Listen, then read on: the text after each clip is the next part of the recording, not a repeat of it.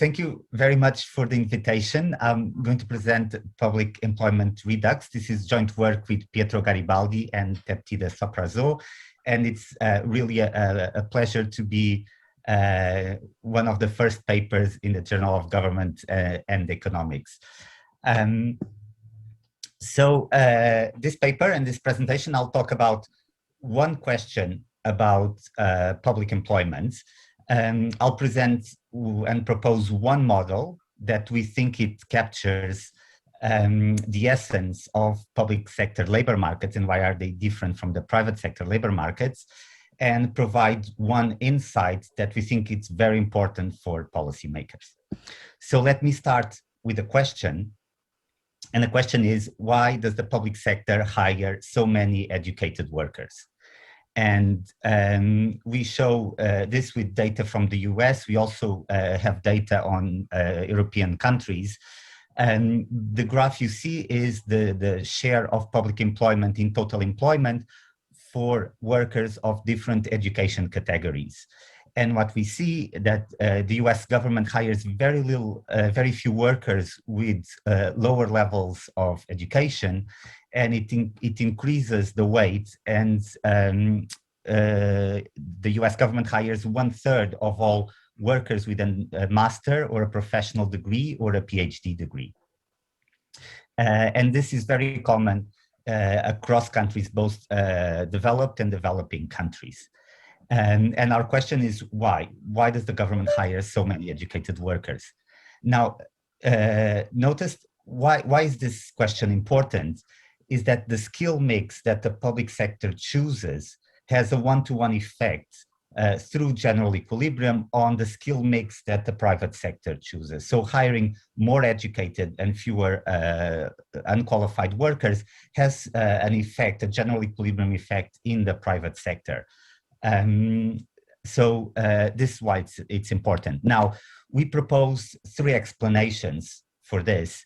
And the first one is very natural, and it's the first one that comes in everyone's mind, that simply whatever services the government provides, they require more educated workers as inputs. So the government provides education, bureaucracy, the judicial system. In many countries, it provides healthcare, doctors, nurses. They all require more qualified workers. And this is the most natural and benign explanation, and it's certainly very important.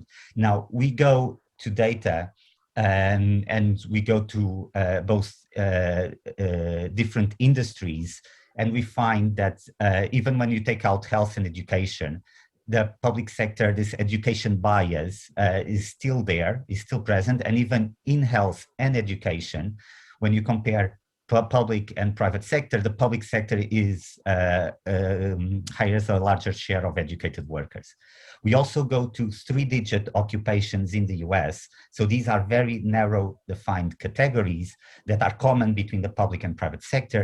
And we find that in more than 2/3 of this very narrow occupation categories, the government, if they are working in the government, government employment is more biased towards educated workers. So this certainly is important, but it's not the whole story.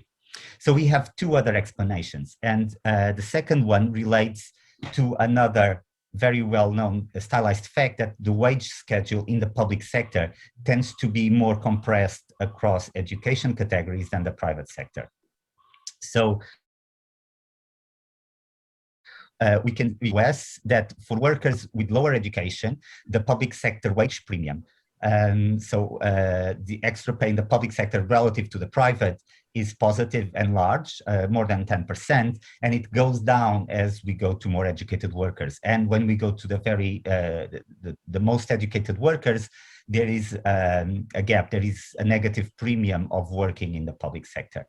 Now, there was a large literature in the 70s and 80s, political economy or public economics literature, and there are many reasons, potential explanations for this, from political economy, preferences for redistribution, unions. But our point is the impact of this in the choice of skill mix of the government.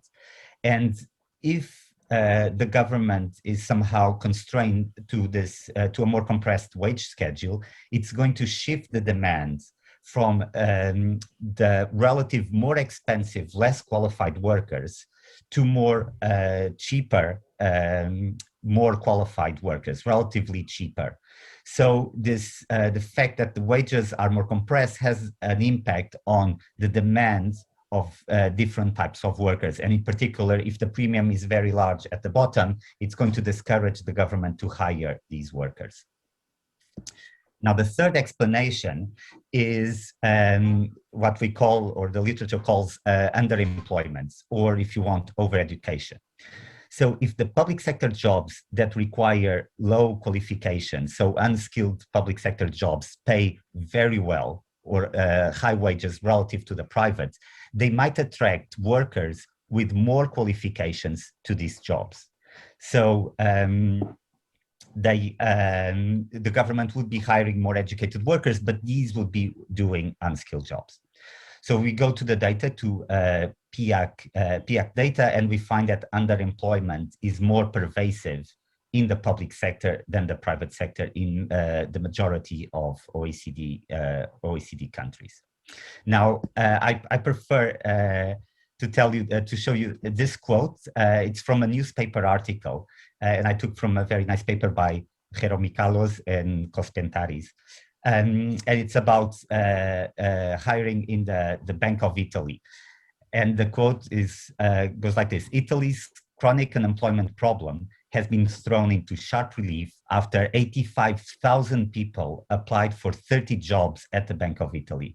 The work is not glamorous. One duty is feeding cash into machines that can distinguish banknotes that are counterfeit or so worn out they should no longer be in circulation. The Bank of Italy whittled down the applicants to a short list of 8,000, all of them first-class graduates with a solid academic record behind them. They will have to sit in grueling examinations in which they will be tested in statistics, mathematics, economics, and English. The high level of interest was a reflection of the state of the economy, but also the Italian obsession with security, a posto fisso, a permanent job. So this quote really shows this idea of underemployment, of when the compensation in public sector jobs, even unskilled, is very large. This by the wage or by other non-pecuniary aspects of the job, in this case, job security. It can attract a lot of people to queue for these jobs. And in particular, it might attract people that are more qualified. They would be the best person for the job, but they won't be the right person for the job. So these are the three explanations, the three explanations. Now we set up a very simple two-sector model that we think captures this essence of public sector labor markets, and why they are different from the private sector. So we think about the private sector labor market as a competitive labor market of Eurasian. So what does this mean? That the wage is an allocative mechanism. It adjusts to equate demand and supply. Now, when we go to the public sector, we think that this is not the case. There is no adjustment mechanism in the same fashion as the private sector. So if the public sector is paying very high wages, you won't have another public sector coming in and undercutting the wages. So the same mechanisms that exist for the private sector don't map into the public. And this is the reason why you observe this very different wage differentials that can vary across country or across workers, with for some workers, the government paying much more than the private sector, and for other workers paying much less. And these are reasons external to the labor market. These can be because of political economy, because of elections, because of unions. But the reason is there is no obvious mechanism in the labor market. So we should think about public wages as a policy variable that can be set either in a good policy or bad policy, but not as an allocative mechanism. So what does this imply from the labor market perspective?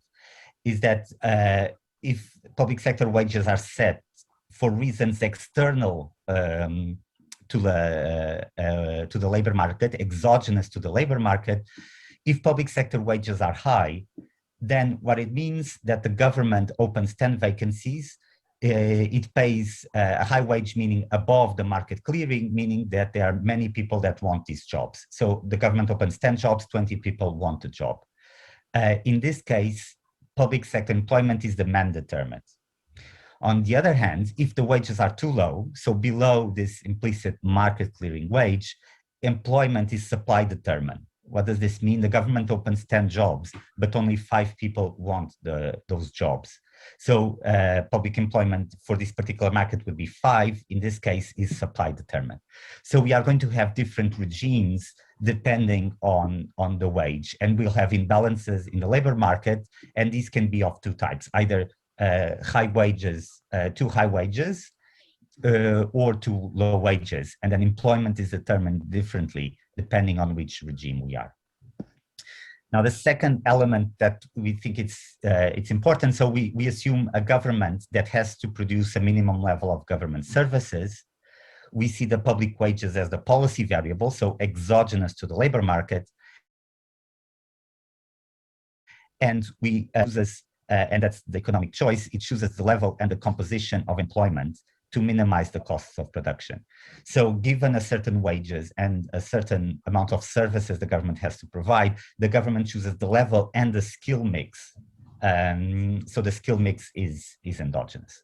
And we do think this both the aspect of how the labor market works, being what we call the Malivo government, that relates to the theories of fixed price equilibria, together with this role of the government demand for workers and how it responds to wages, to be two key features.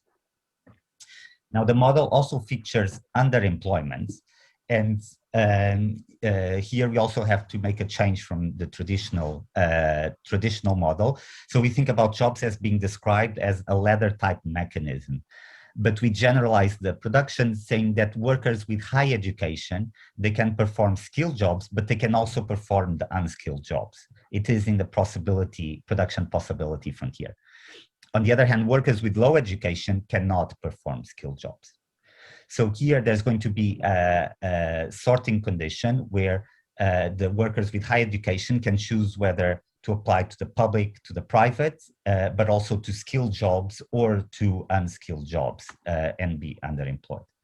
Now, in a model with perfectly frictionless labor markets, workers would never accept a wage, would never consider jobs that pay a lower wage.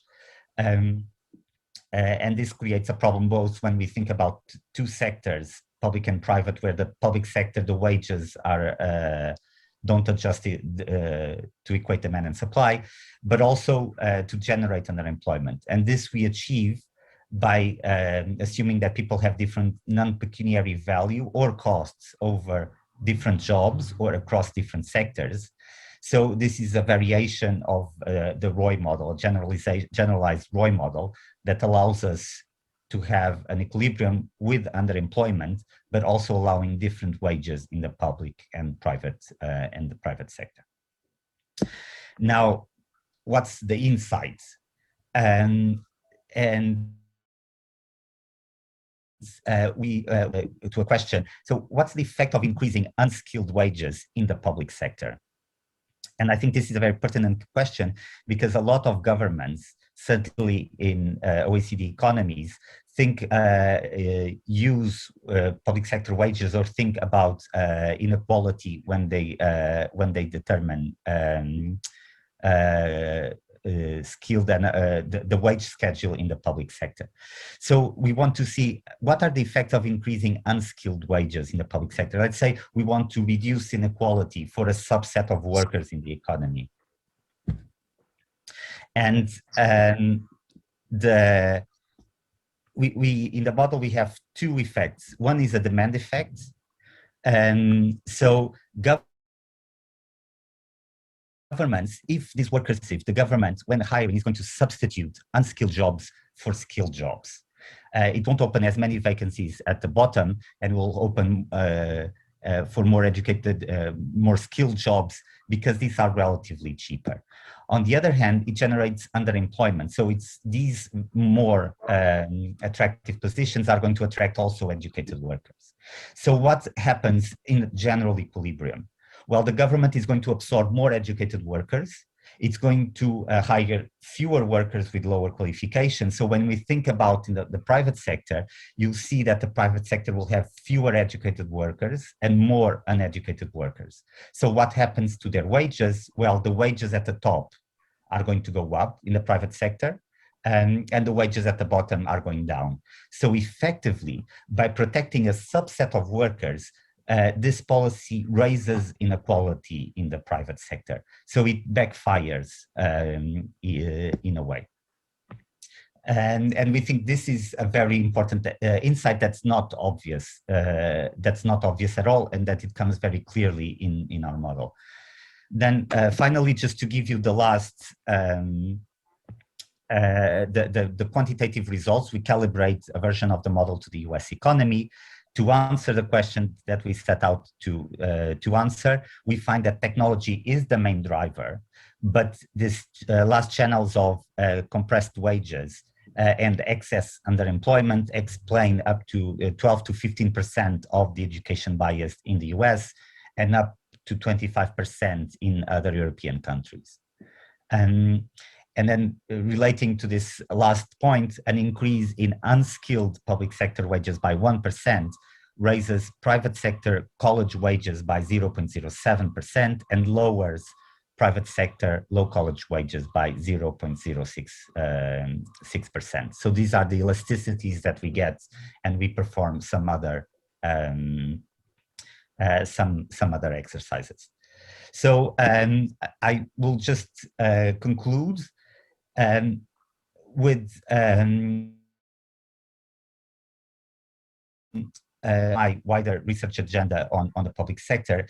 And I think what's very important is to think about this public sector wage misalignment. And my own research and that of other researchers that are interested in public employment find different consequences of this high public sector wage. So this paper emphasizes this changing in skill mix, altering which workers the government and underemployment in the public sector. Other papers have highlighted the effect of long queues for public jobs and higher unemployment. It incentivizes the use of nepotism, it lowers entrepreneurship rates in the private sector, and generates higher spending. On the other hand, when you have too low wages, it generates recruitment problems, which can jeopardize production. And it also generates an inefficient skill mix. So we do have problems of both setting very high wages and setting very low wages. So in a world that's been affected by the pandemic, and it's certainly going to ask more of government in terms of government services, but also has put a lot of strain in public finances. I think the way of squaring the circle, of trying to get better public services, but at the same time controlling government spending, is to think, to try to correct these wage misalignments.